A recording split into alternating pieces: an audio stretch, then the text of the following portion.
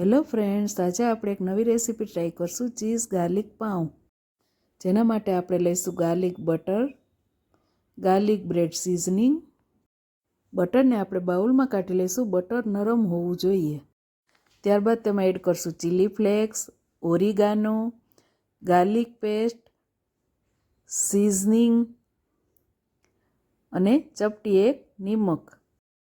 અને આ બધું સરખી રીતે આપણે હવે મિક્સ કરી લઈશું. ફ્રેન્ડ્સ, એક વાત યાદ રાખજો, આમાં નિમકનું પ્રમાણ થોડું ઓછું જ રાખવાનું છે, કેમ કે ગાર્લિક બટર ઓલરેડી સોલ્ટી જ હોય છે. આ આપણું ફિલિંગ રેડી છે. ત્યારબાદ આપણે 2 પાઉં લેશું, એમાં વચ્ચે કટ લગાવી લેશું.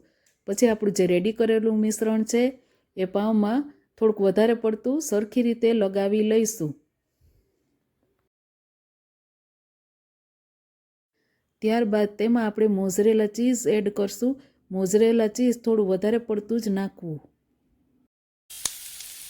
તો જુઓ ફ્રેન્ડ્સ, પછી આ રીતની આપણે એક નોનસ્ટિક લોઢી લેશું, એમાં બટર લેશું. બટર થોડું પીગળે એટલે તેમાં ચીલી ફ્લેક્સ, થોડી કોથમીર નાખી અને આ રીતે એની ઉપર પાઉં શેકવા રાખી દેશું. પછી પાઉંને તપેલીથી કવર કરી અને ધીમા તાપે શેકી લઈશું. તો જુઓ ફ્રેન્ડ્સ, રેડી છે આપણા ચીઝથી ભરપૂર એવા ચીઝ ગાર્લિક પાઉં.